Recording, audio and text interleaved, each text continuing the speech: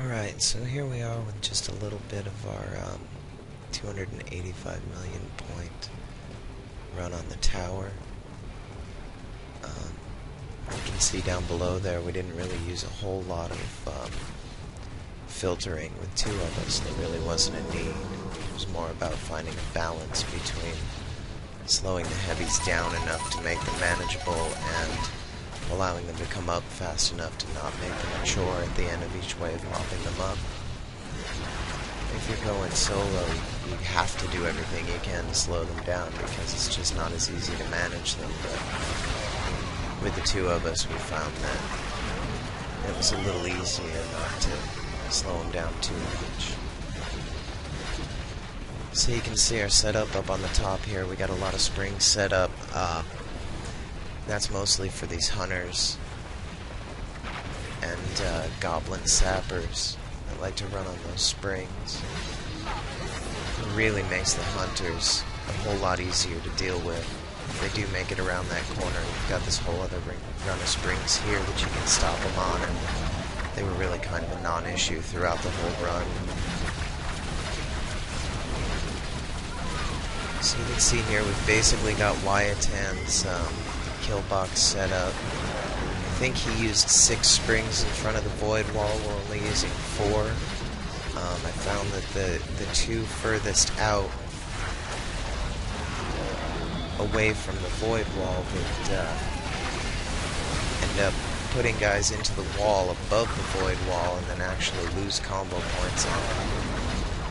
So we moved that pad of 4 springs out from the void wall a half a space and just went with the 4. They seem to do pretty well. Got an extra web spinner up there in front of the grinder. But then the strategy was really just to manage the flow more than anything and try to process these guys through the kill box one at a time. Let's see there, we just got a 15x in Wyatan's video that kind of inspired this whole strategy, that basically we ripped off. But in his video he was talking about how that web spinner was the weak part of the kill box, because when they're coming through in big groups, not everybody will be webbed when they end up in the kill box. So processing them slowly one at a time like this makes sure that everybody A gets that web on them, and B, we get that smash combo on everybody. So really, ideally, we should be seeing 14s and 15s all the time, with the possibility for that 16 coming from the sometimes the grinder makes them bleed feature.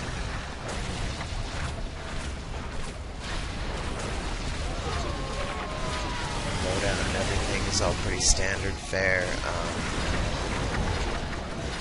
My partner has the crossbow, obviously, mostly for the stunning capacity and the mana regen on headshots.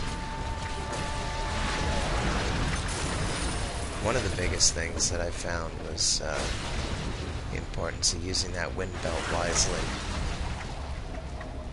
And this push right here to send them into the spike wall. If you get the angle or the distance just a little bit off, he won't land right, and then he'll either miss the kill box altogether or end up going too far in and end up missing the grinders and the springs. And then when you're using the wind belt on this push here to keep them in line, keep them pushed back, if you're too close or you're at just the wrong angle, you'll send them up against the wall, and that spike wall up above them right there will send them back into the void wall. We ended up actually losing a lot of potential combo points that way.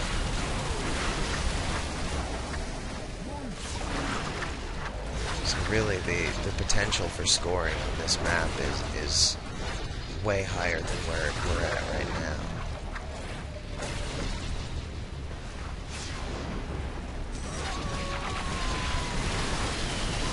But you can see that when things are rolling well, 15s and 16s just come pouring out of the kill box.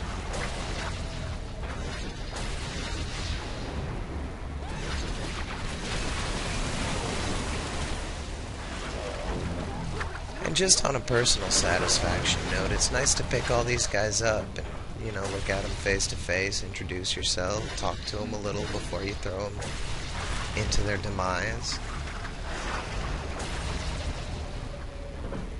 What can I say? That's the kind of guy I am.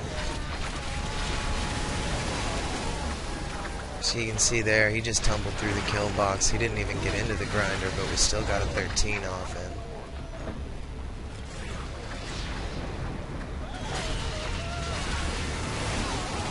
I guess when you're disappointed with a 12 or a 13, then you're probably doing something right in general.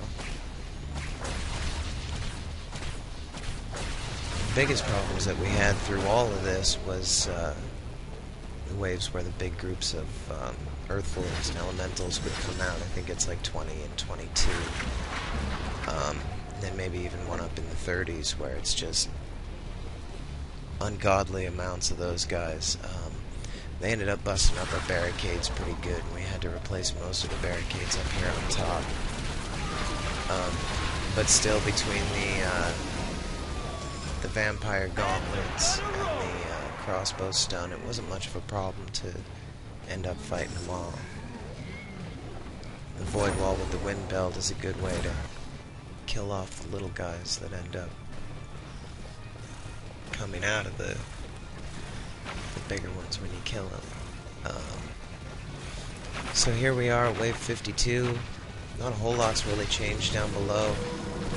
We're still just running that balance of slowing them down enough to keep them manageable, but letting them come up enough that it's not a chore at the end of the wave. At the end of this wave, I'll take a run around the whole level so you can kind of see how everything's set up down below. We got that spring down there, and we put that there intently for the purpose of saving some of these heavy orc warriors, because what would happen at the end of a lot of levels is there would be one or two guys that were just on the path to continually walk over that spring. They'd get thrown down to the level down below and just make the trek around. So at the end of several levels, while we were mopping up some of the heavies and stuff, we'd find one of these little heavy orcs just wandering around. We'd grab them and drag them up to the kill box. Hope for a 16. But it also worked well to, you know, delay a lot of sappers, hunters, and grenadiers and those kind of guys. Once again, you can see the grenadiers down there, and they can't even get to the kill box without much interference. When they do, it's just one, and the wind belt makes that a non-issue. So here we are again, just managing the flow, doing my best to get those wind belt pushes right.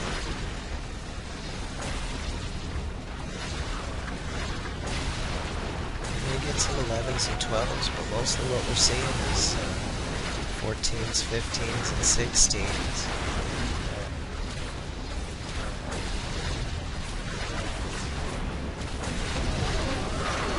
A lot of luck involved there with that grinder not always applying the bleed.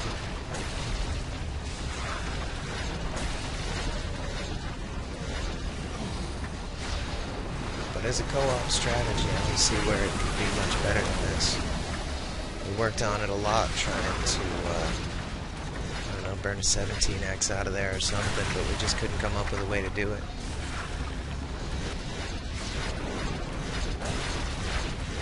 We also could have increased our score, but we had some glitchiness issues with this map, so we agreed ahead of time that we were just going to make it to 60 and suicide.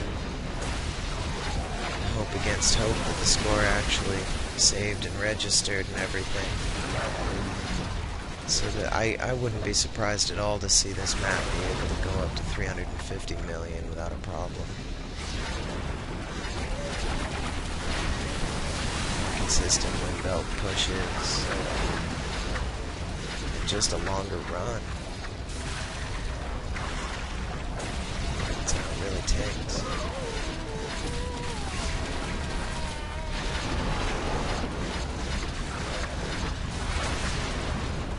you can see that even into the 50s, the management isn't an issue. Flow management, controlling the heavies isn't an issue. That void wall combined with the spike wall is just such an impressive filtering system.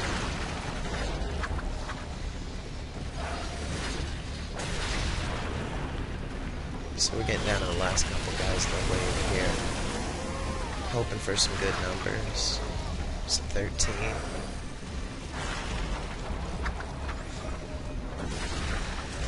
The other thing that the void walls are just phenomenal for is caching potions.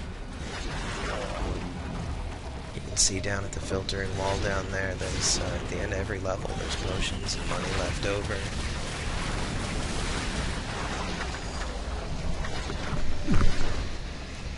We've still got 20 rift points at this point, so most of the ones that we lost, I think one runner got through and actually made it to the rift early on.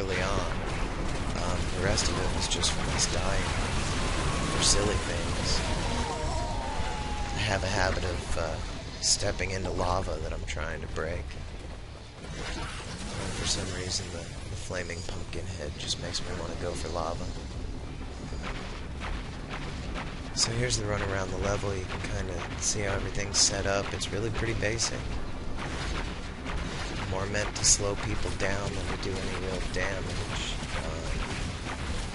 These grinders down here were just for incidental damage on anyone that might happen to step into them.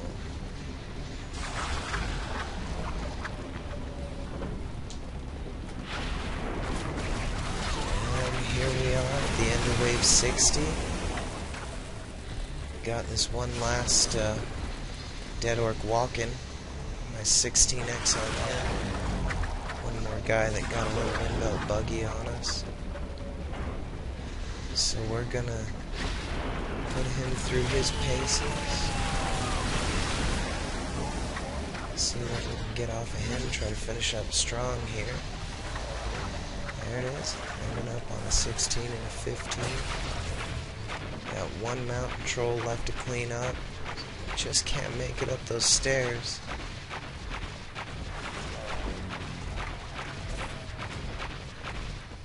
This troll's theme song seems to be I've fallen and I can't get up. So while I'm burning this guy down, my partner's gonna start the ritual suicide and the wave and the run. It's a little sad, actually, to have to end here. We could have easily gone another 5 waves at least. So there we are, taking the intentional jump into the lava.